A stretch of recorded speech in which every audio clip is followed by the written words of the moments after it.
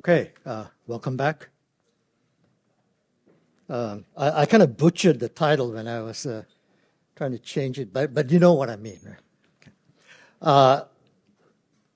So the talk is going to be about applying, some of these concepts that we've been discussing today and yesterday, but apply to neutral particles, right? Because while we are mostly interested in semi-metals and topological metals and so on, most of the materials that are promising are actually insulators. And so there's growing interest in neutral excitations that may not be as boring as it sounds, right? Because they've never been probed for their topological properties. So many groups now are beginning to do so. And I'll talk about one example here where we measure the thermal Hall effect. So thermal Hall effect, simply in your mind, if you haven't thought about it before, replace sigma xy with kappa xy, right? And so on. So, you apply a temperature, a thermal current density and look for, instead of looking for a voltage imbalance, look for a temperature imbalance, right? Very small temperature imbalance. So we have applied it to this problem. The Kitaev magnet, alpha ruthenium chloride, which has come into prominence for reasons that I will point out. Okay, so this is mainly the work of my students, Peter Checker, who led the experiment, with a lot of help from Tong Gao, Max Hirschberger, and Nick Quirk. And we collaborated closely with a group at University of Tennessee and Oak Ridge National Lab. So there are two parts to the talk, and I worry that I will not have time to go to the second topic. The first part concerns the planar thermal Hall effect. So the thermal Hall effect I've explained, right? So we are replacing sigma xy by kappa xy because the excitations are neutral. Planar, I explained yesterday, right? It's when the magnetic field is in the plane, so there should be no Lorentz force, semi-classical kind of force. Nonetheless, we do get a fairly large thermal Hall conductivity coming from Berry curvature, right? So the idea here is, are we probing Berry curvature physics, or more excitingly, perhaps, Majoranas? And I'll explain this. We actually detect chiral edge modes, and they are, so chiral edge modes you're familiar with from the quantum Hall effect, as carrying electrons that move in one direction in a magnetic field. Here, instead of fermions, we claim they are bosons. And in fact, you can extract Chern number of these bosons. If time permits, I will talk about some earlier work that performed by my students, in which we detect a very interesting oscillation in the thermal conductivity in the same material that mimics Landau oscillations, Shubnikov-Haas oscillations. And that's peculiar on many levels, right? First of all, why should there be a Fermi surface? And why should it follow the Landau 1/h periodicity? But anyway, okay, here we go. So the royal road to spin liquids, as outlined by Anderson, 50 years ago, was that you look for a lattice system that is highly frustrated. In other words, think of a triangular lattice, or think of two sublattices. If one sublattice has spin up, the other one wants to be spin down, and it's antiferromagnetic between nearest neighbors. But there's frustration because it's triangular, right? So the other sublattice doesn't know whether to point up or down, right? So that's called geometric frustration. And many such materials never achieve long-range order, even down to 10 millikelvin, despite a huge spin exchange between adjacent spins. There's no lattice disorder, right? It's a perfect lattice, except for it has geometric frustration. And then the quantum state that obtains is not really understood. There's massive entanglement and is today one of the big challenges in condensed matter physics. Now, Kitaev in 2006 introduced a new route to spin liquid. And instead of geometric frustration, we have what might be called exchange frustration. He proposed that, here, you just write down a Hamiltonian, right? Never mind whether it describes anything in nature. The exchange is bond specific, right? So if you're along a certain direction, x in space, it has a particular value of the exchange, jx, that only acts on the x component of the neighboring spins. It's very artificial, very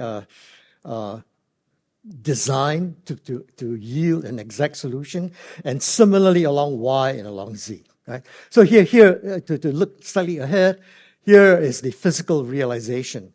Take a hexagonal lattice and spins, the green spins, which are nearest neighbors, are coupled by a spin exchange, but only this component, which let's call it x, is involved. Right? So it only cares about locking the x component of those two spins. Similarly, the blue spins are only locked, their y component is locked in this direction.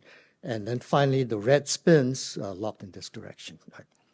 So Kitaev wrote it down because he could solve it exactly. And that was really exciting because spin liquids had no exact solutions up to his publication. The solution was made possible by using what's the Majorana representation. Now, I'm not. This is well beyond my pay scale, right? I'm an experimentalist, so I won't discuss his solution. But anyway, let me just sketch it briefly. You write every local moment. So here's a local moment indicated by the yellow plaquette, and you represent it by three Majoranas in blue, in red. So these are called the B Majoranas, and one in green, right? So you write in terms of 4 Majoranas, and then you can express it in this form and solve for the ground states, right? So I won't repeat his calculation, which actually won't matter for this experiment. So in the ground state, so this is what's important. The ground state and zero magnetic field, the excitations are Majoranas, and that excited the whole spin community, right? Because if you could find a physical realization of this Hamiltonian, you would have a sea of Majoranas, and that would be tremendous, right? The other excitation are vortices, and they are called visons.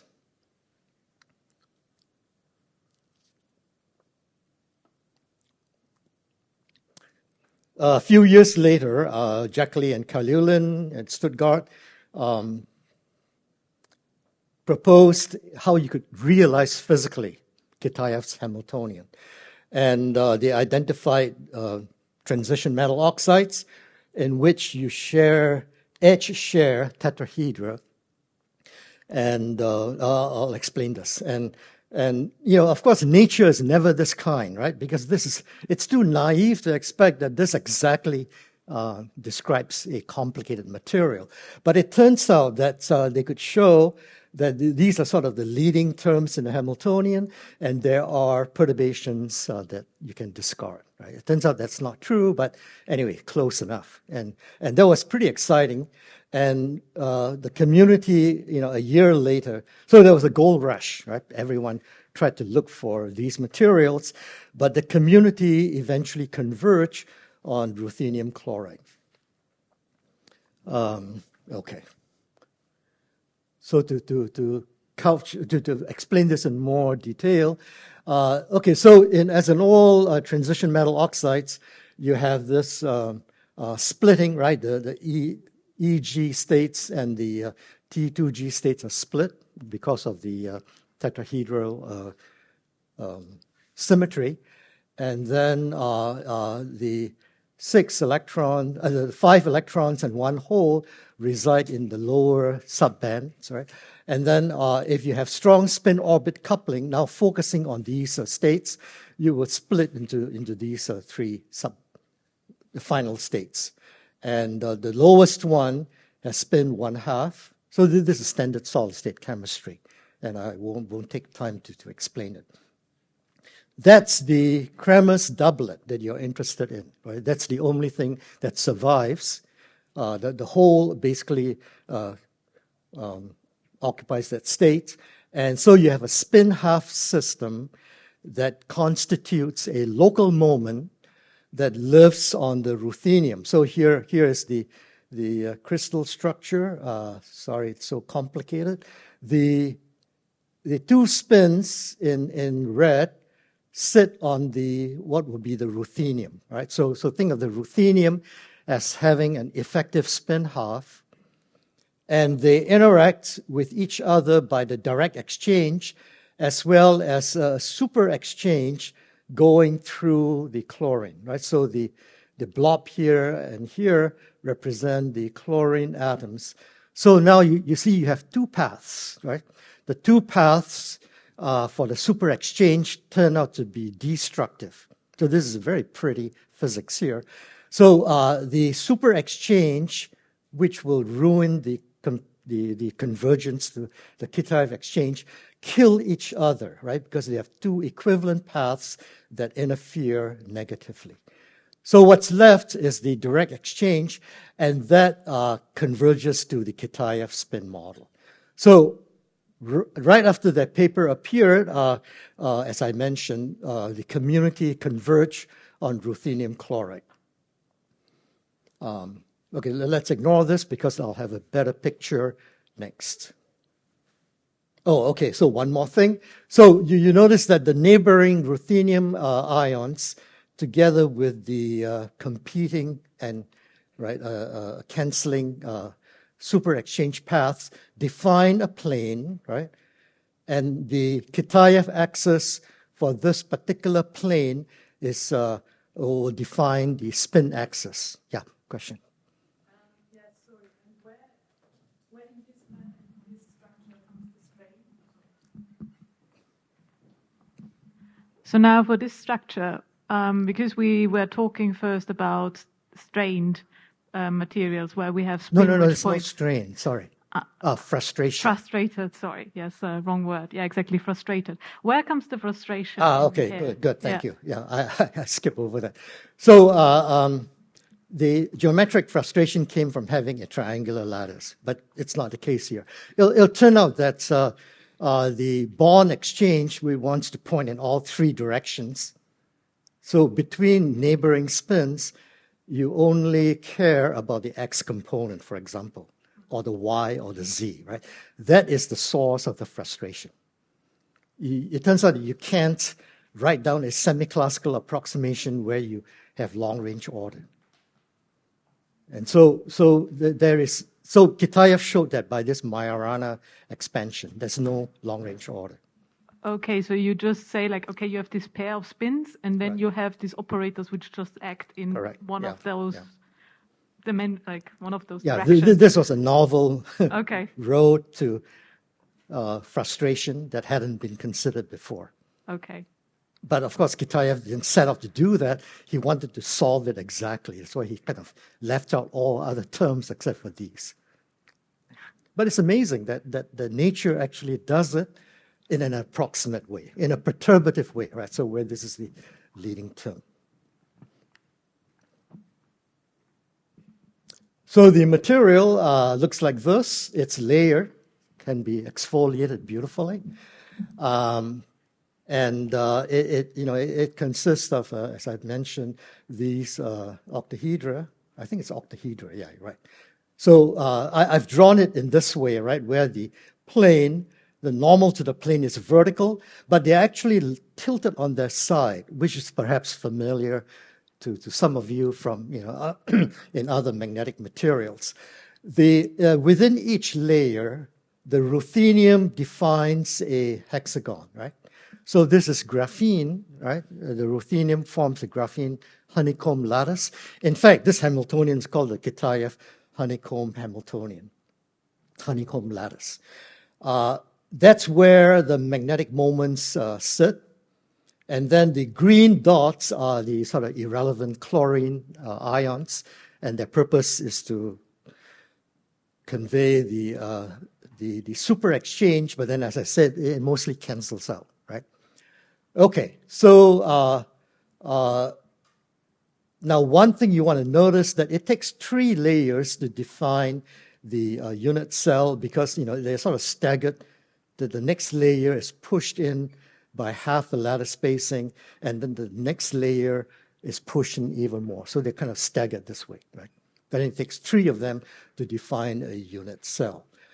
Here I've already explained the bond-specific exchange. Now this is a bit tricky. The 3 lattices, X, Y, Z, actually stick out of the honeycomb layer. Right? They stick out as I've drawn here, green, red, and blue. And the way to understand this is the following. Remember, the red spin axis is normal to this plane, right? The plane that joins the 2 neighboring ruthenium atoms. So this plane is tilted. Let's look at the pink plane. So the pink plane is tilted towards you, right? And therefore, its normal defines the Z spin axis. So today we'll call this the Kitaev axis. It sticks into the plane, into the screen. The green plane is, the blue plane. The blue plane is this one, right? Which is, its normal is sticking out towards you. And that's the axis, right? The spin axis. So anyway, the Kitaev spin axis, there are 3 of them, X, Y, Z, but they're not they're not in the honeycomb layer. They stick out like a flower. Okay. So the first warning that this is not described entirely by Kitaev's Hamiltonian is as follows. When you cool the system down in 0 magnetic field, so this is roughly the phase diagram. So we hold the field at 0, it goes through a phase transition, right? So there are these perturbative terms that are usually called gamma terms. They are sort of residual terms that, that survive the cancellation. They trigger long-range order. So it's a bit disappointing, right? Because the ground state was supposed to be a spin liquid. But anyway, this magnetic order is called a zigzag phase. And if you look down on the honeycomb lattice, the local moments on ruthenium are either all zigzagging, pointing to your right, or pointing to the left. Right? So this is called the zigzag order, which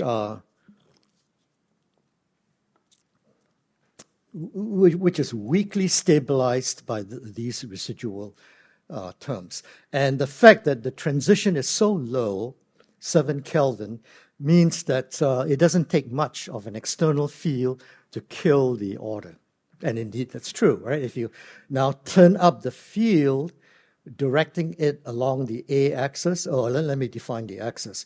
So remember from graphene, this direction is called the zigzag axis, right? And this direction is called armchair in this funny label, right? Because this looks like an armchair, I suppose. I don't know who called it that first. Anyway, so these 2 axes are important, right? It's just like in graphene. If you point your magnetic field along the zigzag axis, you will kill the order. And indeed, the ordering, which is beautifully well-ordered, has long-range order, will die at about 7 Tesla. So that's remarkably close to 7 Kelvin in the 0 field transition temperature. If the field is too high, then all the spin local moments point up, right, parallel to the field, and you destroy anything that's interesting. So this is called the paramagnetic polarized state. in between, most workers in the community, although this is still very controversial, believe that you finally realize Kitaev's spin liquid, right? So it's a funny way to get around the failure of the model.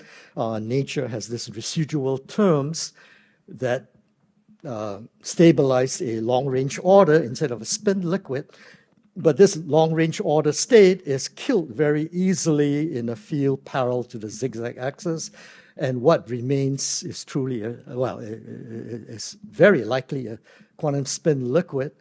And perhaps Kitaev physics can be explored in that region. Okay.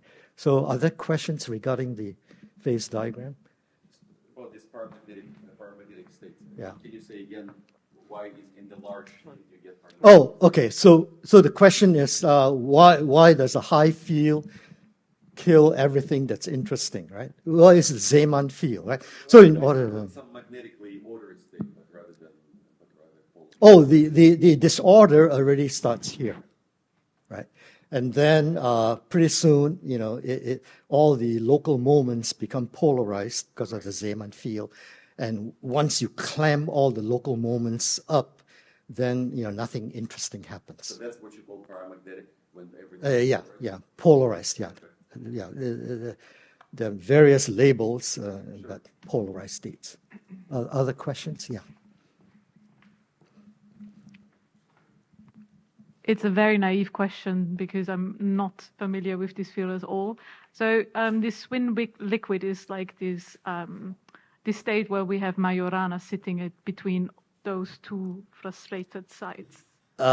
It's okay. So this is a bit of a stretch of Kitaev's original paper, right? Okay. So the condensed matter physicists are always optimistic, right? When chemists give them something, it doesn't, because it's very rare that something will match your Hamiltonian. The hope of the community was that, well, once you destroy long-range order and you haven't polarized the local moments, then perhaps this is now the Kitaev solution.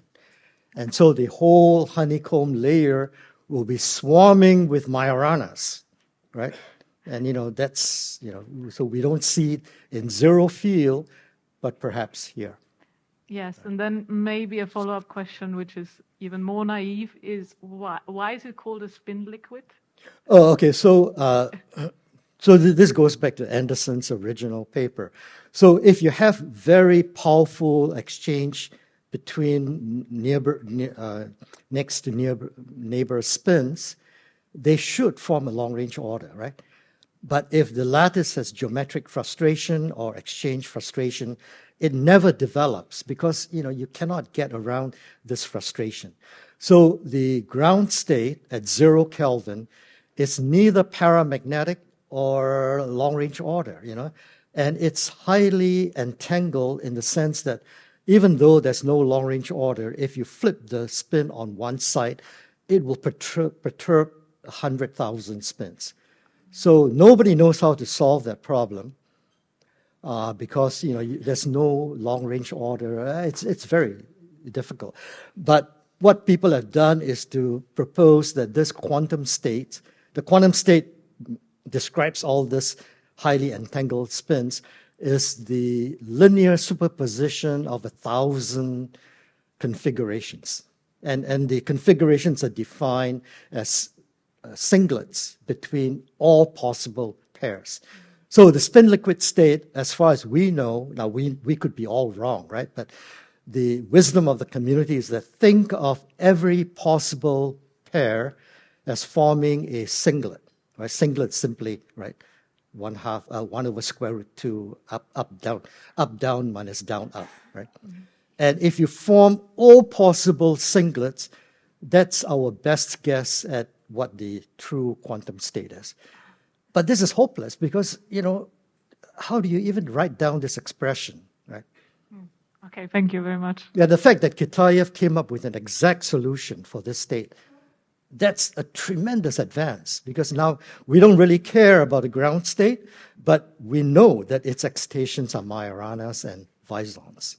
So you can see that why people was so excited. Okay, so this is the sort of the dilemma. But then in 2018, the group in Kyoto, led by Matsuda, who's actually a former postdoc of mine, published this in Nature. So we published this result in Nature. Professor, I have one more question. Sure.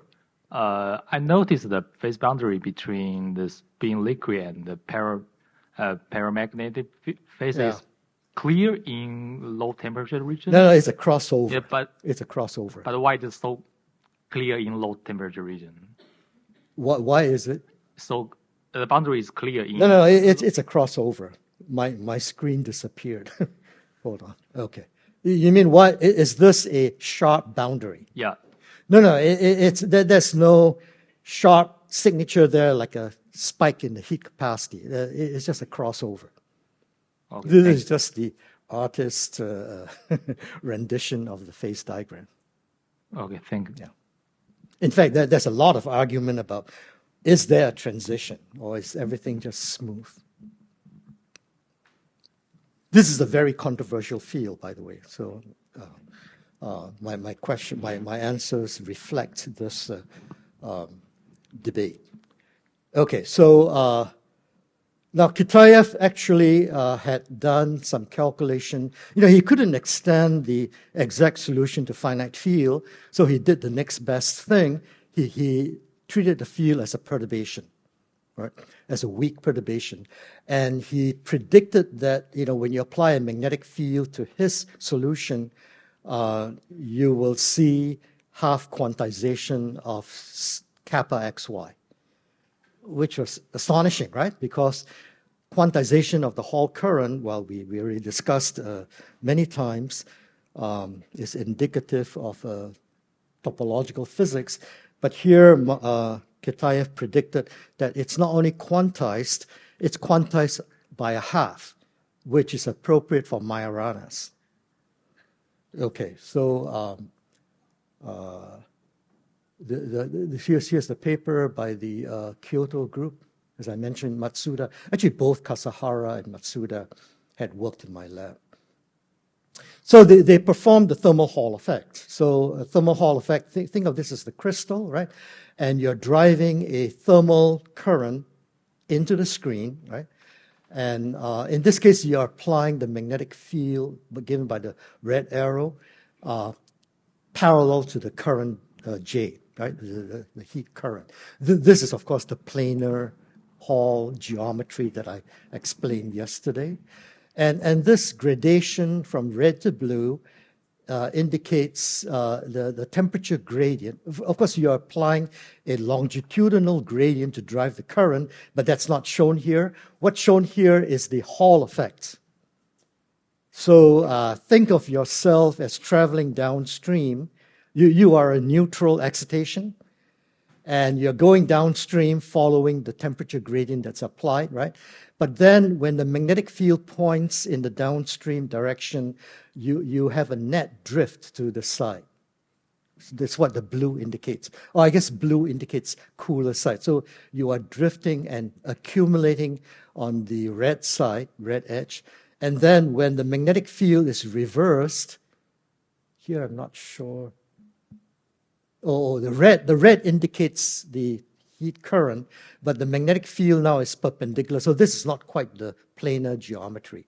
But when the magnetic field is reversed, the transverse temperature gradient changes sign. So here is an honest on Sagar result. Right? Signal it is asymmetric in the field, but applied to a neutral current. And not only did they see this effect, which we agree with actually, it's quantized. And so the dashed line indicates the half quantized value. I didn't write it down. I'll show this later.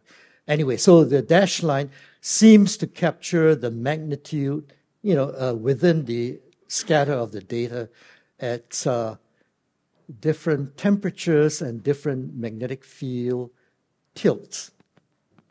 But the temperature interval stops at 3.7 Kelvin.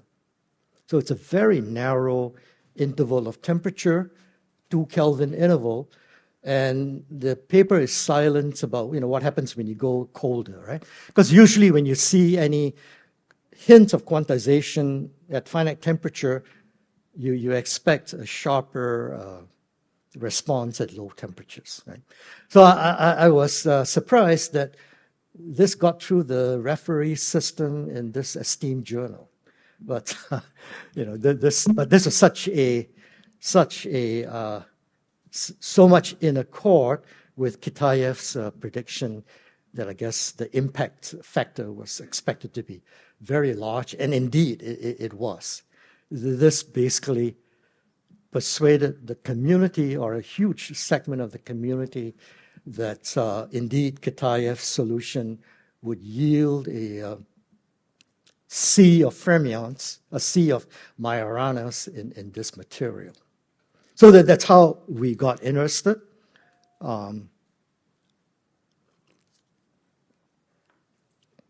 Maybe I'm explaining too much. I just wanted to make sure that since the issues haven't been discussed this week. Okay, so a few more words. So here's our own experiment. You take the crystal and you anchor it by gold wires. So the gold wires actually connect to thermometers. So these are ruthenium oxide, or what's the other one? I forget the other one. But anyway, these are semiconductor thermometers, so they have exquisite resolution.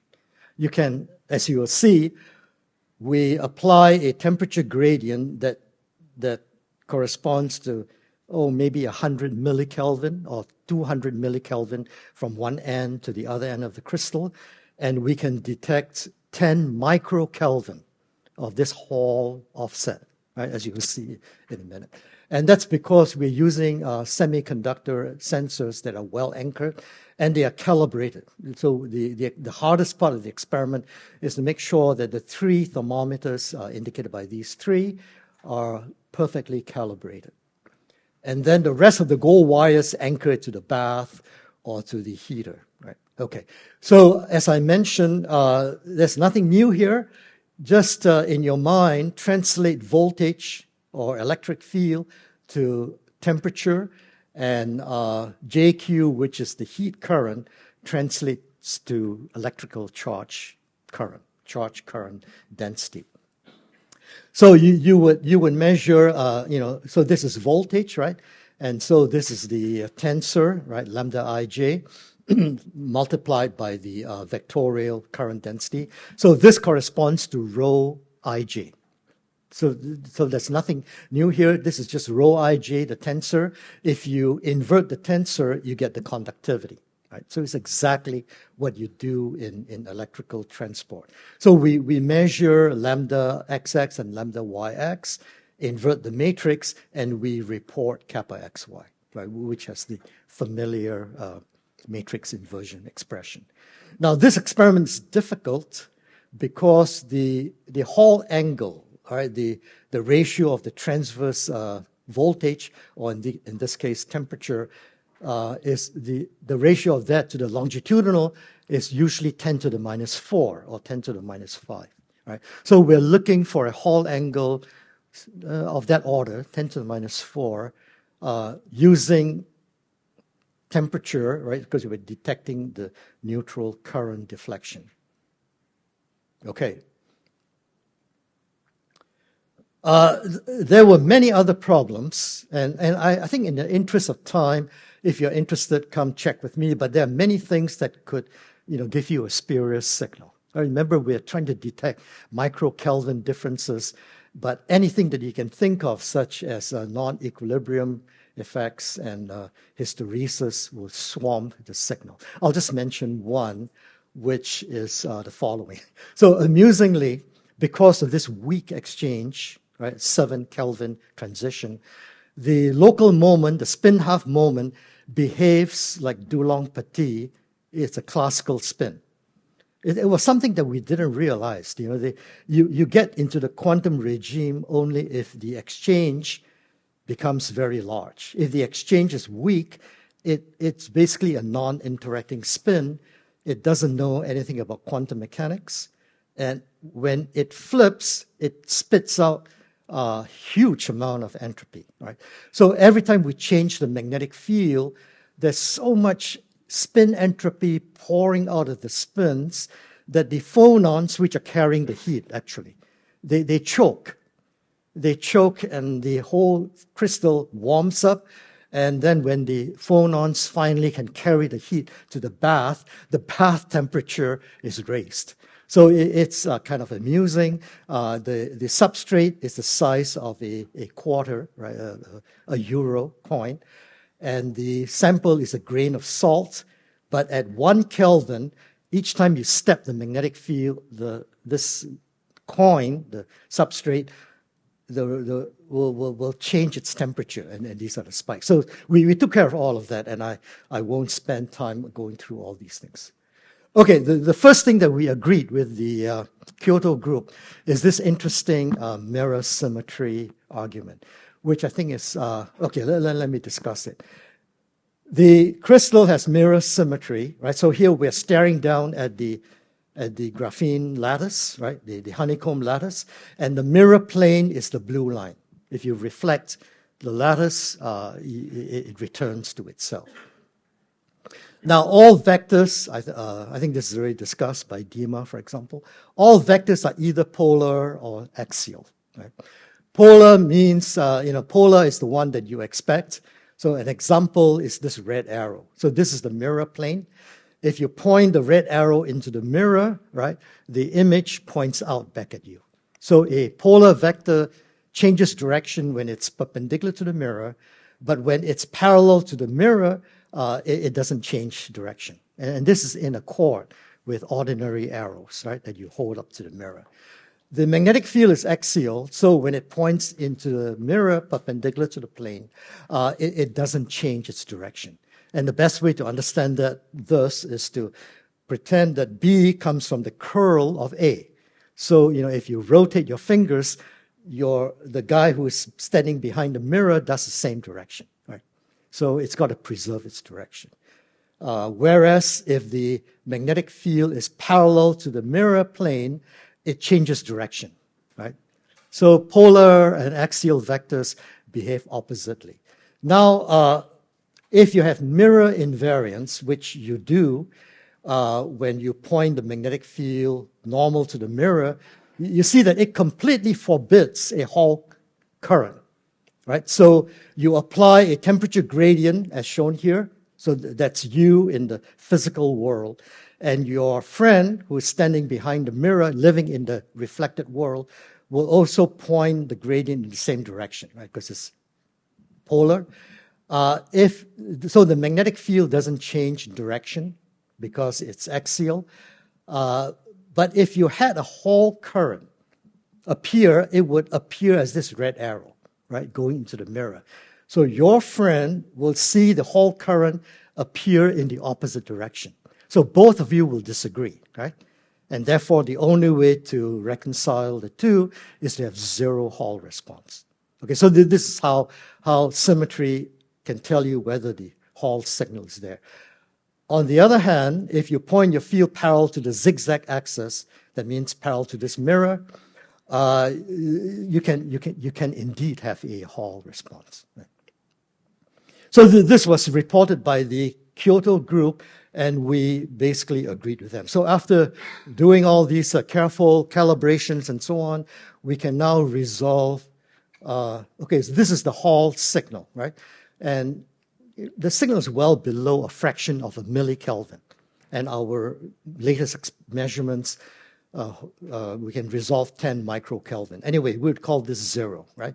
So running the field up to 15 Tesla or so, both directions, you see that when the field is applied along the zigzag axis, there's no transverse voltage.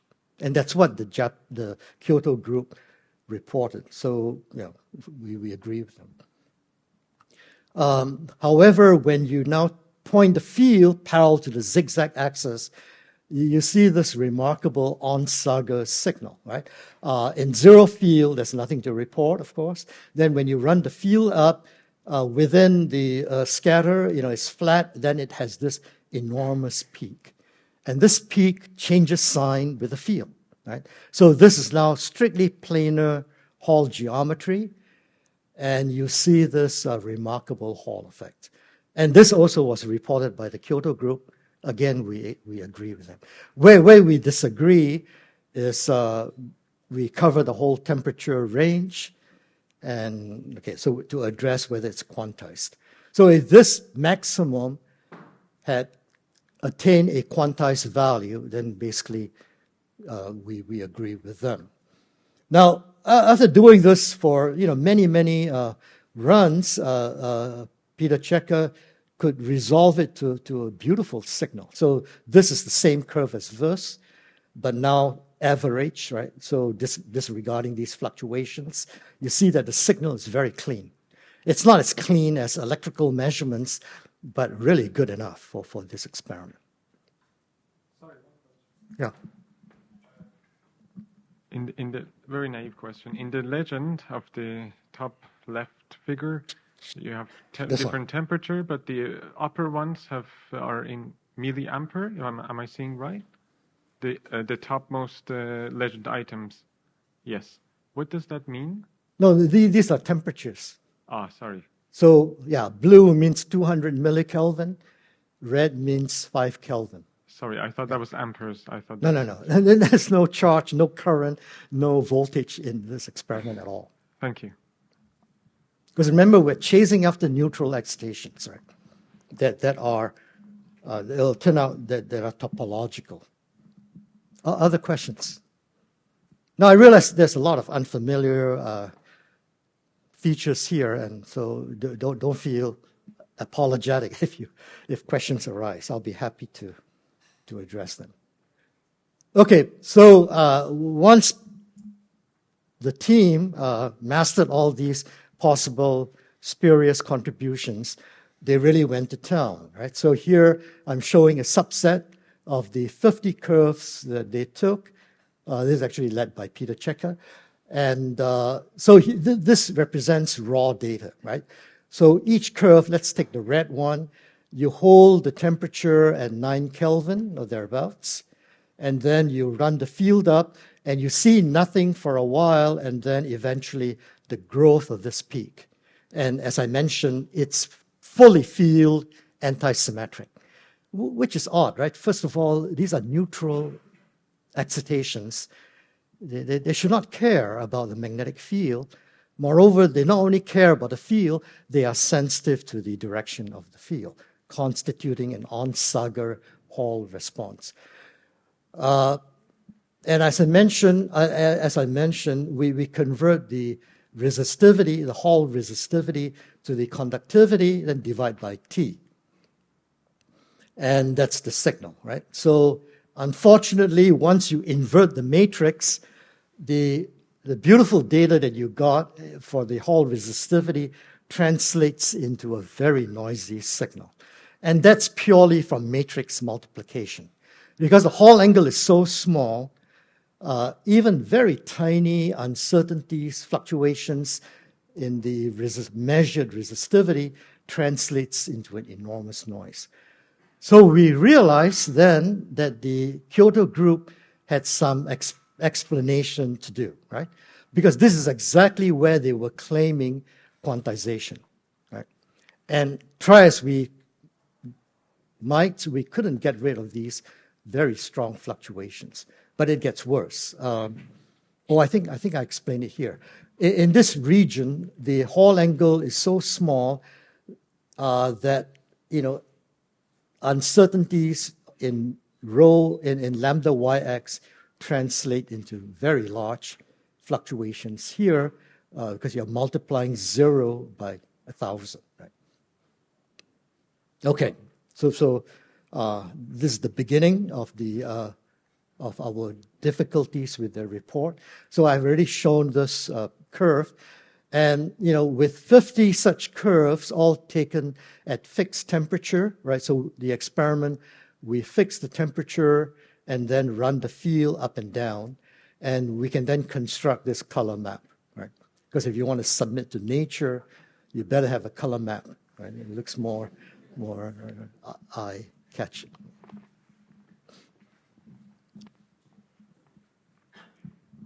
Yes. Can you quickly say what you mean by whole angle? Yeah. Sorry. So think of the most simple classical, semi-classical model, right? So if you apply an electrical current down this way in a magnetic field pointing up, then the Lorentz force would deflect your angle, right? But you don't actually measure current, you measure the voltage or the electric field, actually. You measure electric field. So you measure EX and EY. EY is small, so you take the ratio of the two.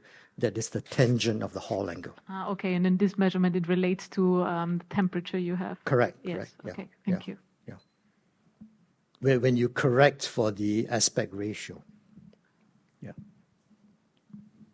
But the purpose of displaying it as a color map is to show where the signal is large and where it is zero, right? So you see that it's only large roughly where the spin liquid phase is expected, right? Remember the interval between 7 and 10 Tesla is where the spin liquid is supposed to be, and the signal is quite large. So this is somewhat in accord with the Kyoto group's expectations. Okay, all right. Anyway, so we have lots of data here, and we can actually try to analyze them. Okay, so at this time, you remember that there were many groups chasing after this problem, and many of the theorists started to perform the spin dispersion calculation. Right? They assume in the zigzag phase they have long-range order, so they can carry out the diagonalization of the Kitaev Hamiltonian, including these gamma terms, the terms that were left out. And they could report back the spin dispersion, the Magnon bands. One group in particular found that actually there is a Berry curvature, and I'll come to that in a minute. But when we did the experiment, we didn't know that, so we felt that there should be a Berry curvature, because what else could deflect the neutral excitation? Remember, this is the beauty of the Luttinger velocity, which I've written down here. Oh, I even call this the Luttinger enormous velocity. Okay.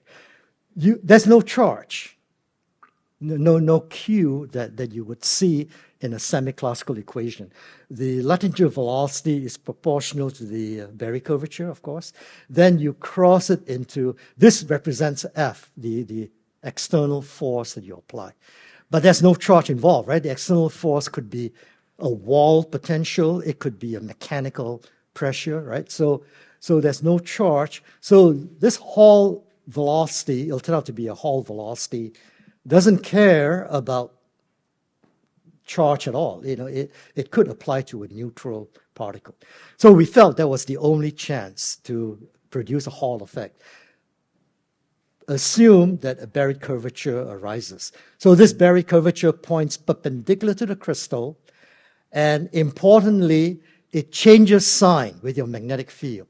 So this was a bold assumption on our part, but luckily this is borne out by calculation. So remember, this is planar. The magnetic field is vertical, right? The temperature gradient is also vertical. When you change the magnetic field, the Berry curvature hopefully changes sign. And that gives you the necessary conditions to have a thermal Hall current. So I'm going to, in the interest of time, I'm going to describe basically how this Hall current arises. And I think it's easy to see. Okay, imagine you have a wave packet of bosons. The bosons will be spin excitations, right? Imagine I draw a wave packet the way that Chen Niu's cartoon was already shown 2 or 3 times, I think by David and by Dima. Right? So imagine a Gaussian wave packet. It diffuses around the crystal, doesn't know where to go. It's mostly drifting down the temperature gradient. But the moment it steps close to an edge, the wall potential U, right? Because, you know, the crystal is defined by the wall potential. the wall potential or the gradients thereof is a vector pointing in, right? No matter where you are on the edge, it points into the bulk. So this wall potential grad U crossed into the normal omega gives you the Luttinger velocity that is parallel to the edge. So the red arrows represents the wave packet. So this wave packet, initially it's diffusing around, mostly going downstream. Once it hits the edge, it's like stepping onto an escalator, right? It just shoots down the edge, and of course it goes around in a circle. Okay. But you are actually applying warmth, you're heating up this edge, and you're cooling down this edge to drive the temperature gradient, right? So the population of these bosons is much, much larger than the population at the cool edge. Okay, so there will be a larger edge current flowing to your right than to your left. That is the secret to the Hall effect, the thermal Hall effect, right? Let me say that again. You have a crystal, which you can think of as a flat plate, and you apply your temperature gradient vertically up, as well as the magnetic field, although that doesn't matter. Then there will appear a chiral edge thermal current that is more heavily populated on the right-going edge compared to the left. And therefore, your thermometer here will suddenly pick up a slight increase in temperature, right? And then if you reverse the magnetic field, well, so this is the part we assume, it will cause the Berry curvature to reverse, and everything happens in the opposite way. The Luttinger velocity will also change. Yeah, just to understand the picture, right? So you're thinking then still of them diffusing in the bulk and hitting this edge, because they're somewhat supposed to enter in the edge. So do they go right away at the escalator? What I'm asking is there a thermal current in the bulk that you would expect? Yeah. There's a thermal current. Yeah. So how do they escape the escalator? Most of the neutral particles will be carrying the heat current vertically. Uh-huh. But the ones that happen to be within striking range of the edge will have this escalator that scoots them around the edge. So you're not thinking of them as entering as excitations through the edge? Yeah. So in that sense, they are distinct from the quantum Hall effect problem. Okay. Yeah. And you see that this is how the calculation works out. Yeah. The distinction is that it's not a thermal insulator, right? It conducts electricity or energy everywhere, basically. Yeah, but all materials do that. Yeah. But we call it an insulator because there's no free electrons. Yeah. So how stable are these edge currents? I mean, those are bosons, right? So we think, well, you'll see later on why we said boson. Yeah, I haven't mentioned that yet. Oh yeah, but I mean, there's like no, it's not like for fermions where particle number is conserved or something. Can't they decay? Oh, I see. Yeah. So the chemical potential will be zero because you can create these bosons. Yeah. But that is a detail that will only appear in the calculation. Okay. So this potential that you use to calculate velocity, Yeah. how is it actually calculated? Is it just the dependence of the energy of some speed excitation? No, you'll see in a minute. It's very simple-minded at our stage. Of course, the theorists who work on this have a much more sophisticated view. We just imagine that, it's flat here, then U diverges once you come within some length scale. It's like a wall that stops any of these bosons from leaking out to the vacuum. But that's not essential to the argument here. So bearing this in mind will give you a better idea of how you follow the Murakami calculation, which I'll show to next. Now, so I mentioned yesterday that Luttinger quit the anomalous Hall effect field, right? Within 1 year, he had cracked a new problem, right? So this is 1964, and Kubo had published his linear response theory, and everyone knew that was the way to do transport theory, except thermal conductivity. Thermal conductivity, the driving field is not a field, right? It's a temperature gradient. So its conjugate is not a current density, right? As opposed to electrical current, for example, right? The electric field, which you would use in the Kubo expression, is conjugate to the current density, the response. So Kubo set up the machinery, he's put it in. But nobody knew how to do thermal conductivity. There were all kinds of phenomenological guesses and how do you weight and all that. Luttinger, I should have shown it on the slide. Luttinger had this brilliant model where he likened, okay, then I'm not going to talk about the oscillations. Yeah. Maybe it's naive, but you have some sort of resistance on the edges, so like There will be a length scale, right? Where the U is falling off extremely rapidly, right? So that's the length scale within the edge. But that's not needed, actually. It'll turn out that once you do the actual calculation. Anyway, to finish the story, Luttinger used the Einstein argument of photons falling in a gravity field and shifting blue. And it's a beautiful argument. And thereafter, every group now follows the Luttinger gravitation method. Now, these guys, oh, never mind. Okay, yeah. Let me push on. Okay, so this is the Murakami expression that I'm going to rapidly explain in the interest of time. So here's the same cartoon again, except now the temperature gradient, it's going vertically, good. All right, so that's the bath up here. Make a cut, right, horizontal cut, and you will see the wall potential U here, right? So it's a cartoon sketch. It's flat in the bulk, and there's some length scale, and then it shoots up to infinity because it wants to keep whatever is carrying the heat within the box, so to speak. On the edge, there will be these edge excitations that I mentioned. And on the warm side, which is this side, this edge, it's more heavily populated. This is using the Bose-Einstein distribution as compared to the cooler side, right? So any state that the excitations, think of them as spins, so this would be the Magnon band. It's flat throughout the bulk, and then it goes up as it hits the wall, right? Anyway, so we put in the Luttinger velocity in here, and then you can find out that the net current, which means this edge minus the left going edge. The difference of these two edge currents is expressed in this equation, right? And the Berry curvature comes in because it comes in from the Luttinger velocity, right? And then the occupation, which is rho, tells you the population of these two edges. So here, it's completely general. If it's fermions, you would use the Fermi-Dirac distribution with a plus, obviously. But if it's bosons with a zero chemical potential, that's the proper expression.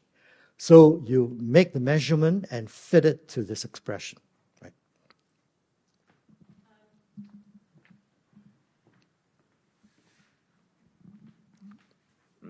Again, like, sorry if I'm No, naive. it's okay. Yeah. Where comes the magnetic field in here? Like where it comes through the Berry curvature. Okay, through the curvature. Yeah. I was that for a second. We will not show here. These are calculations that Yongbek Kim in Toronto did simultaneously with the experiment. Okay. So we were delighted when he found that indeed is a Berry curvature, and it changes direction with the magnetic field. Okay, yes, no, thank you. So there was a happy coincidence. One last thing. All right, so if you use this Bose-Einstein, it reduces to this derivative. Now, the reason why I'm showing you all this is because if you want to do thermal conductivity calculations, everyone uses this approach, right? Now, the Murakami expression is as ubiquitous as Boltzmann theory. Okay, so you can also show, then looking ahead, you can actually couch this in terms of the Chern number, but I'll come to that in a minute. Okay, so what is the, let me see. Oh, actually, sorry, this slide shows exactly what I was talking about. All right, so at the same time, well, many groups had proposed this, but in particular, the group in Toronto under Yongbek Kim had actually done the calculation, and here is their report. Actually, this was published before our papers got bounced around, before we reported. But the blue dot is the Berry curvature. Blue means large negative value for the Berry curvature, and it's sitting at the Dirac node of the spin dispersion, right? So as I explained yesterday, when you have a Dirac node, that's where you expect the Berry curvature to be large. And when you reverse the magnetic field, the field, remember, is along the a-axis, it goes to red. So it's beautifully in accord with our assumptions. They did a lot more, but this is all I wanted to mention. So anyway, so now we have everything that we can use for to fit our data, and Peter just went to town, and fitted all the 50 curves he took. And so these are examples of the two at two different fields versus temperature, right? Remember, the experiment is taking a fixed temperature going up in field, going up and coming down. So that gives you 1 point. Then you change your temperature, do it again. So there are there's something like 50 curves that define this fit. The reason for plotting this as kappa over T is because if this were fermions, right, which the claim of half quantization of Majorana, it would give you a flat line, right? So it's like night and day, It doesn't depend on the quality of the fit. It depends on the difference between a flat line and the variation of the data. So here I report the famous equation from Kane and Fisher before the Majorana business, and using very general arguments, you can basically derive this from here by using Fermi-Dirac distribution, and then you stick in the quantization nu here. That's the 1/2, right? And so if this in the trait is called the central charge. So this will give you 1/6. That would be a flat line across temperature. So this is as different from the Kyoto claim as it could be, right? Despite our confirmation of the other parts of their report. Yeah, this is basically the punchline. Let me just finish. And so, he did this at various fields, and you can, each fit gives you, I forgot to say that. Each fit gives you an experimental measurement of the Chern number, and there's one other free parameter, and that's the lower cutoff. The lower cutoff, right, is defined to be beta. Beta is inverse temperature, and omega is the Magnon band. The bosons turn out to be magnons at high fields. So at each temperature, we can determine these two constants. All right, so what gave us confidence from all these fits that we were on the right track was that, the Chern number comes out to be 1 within 10%, right, with large scatter. And 1 is exactly what the theory requires, right? So think of the excitations as living in the lowest band, the Magnon band, and then there's one more up there. The lower one would then give you, so they alternate. They alternate in Chern number, +1, -1, +1, -1. And it fits very well, and it gives you an observed Chern number of, it's 10% more than 1. But then, interestingly, the fit becomes deviates from 1, right? Remember, I mentioned that once you approach this region that many people think is the spin liquid, the fit doesn't work so well. In fact, it crashes down, yeah. And so this, we think, is a signature that things are not as simple as just topological magnons.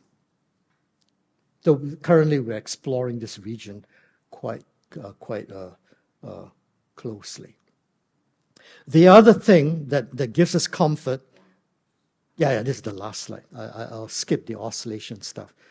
That gives us comfort is that, we're boxed in by measurements of spin resonance. many groups had actually detected the resonance of the local moments using electron spin resonance, microwave absorption, and even neutron scattering. So there's no wiggle room.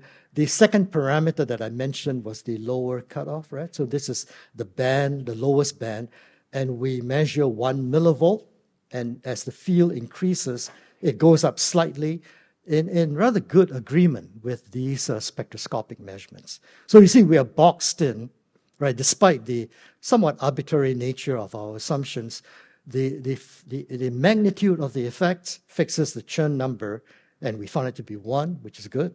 But the lower cutoff, which is the energy scale, agrees with the electron spin resonance. So there's very little wiggle room, and so we were very, very confident indeed that this is the right picture. Let me skip this part; it's somewhat irrelevant.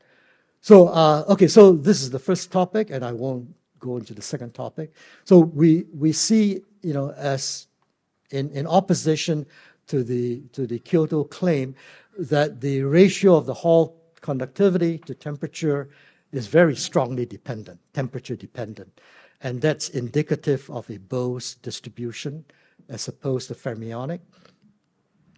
And the rest, I think I've already covered. It's consistent with calculations on the Berry curvature, and it's boxed in, as I mentioned, by spectroscopy. So one last point is that this is the bosonic equivalence of the well-known integer quantum Hall effect. It's Chern number 1. It's carried by H modes, but the H modes are neutral and they are bosonic. Okay, with that, thank you for your attention.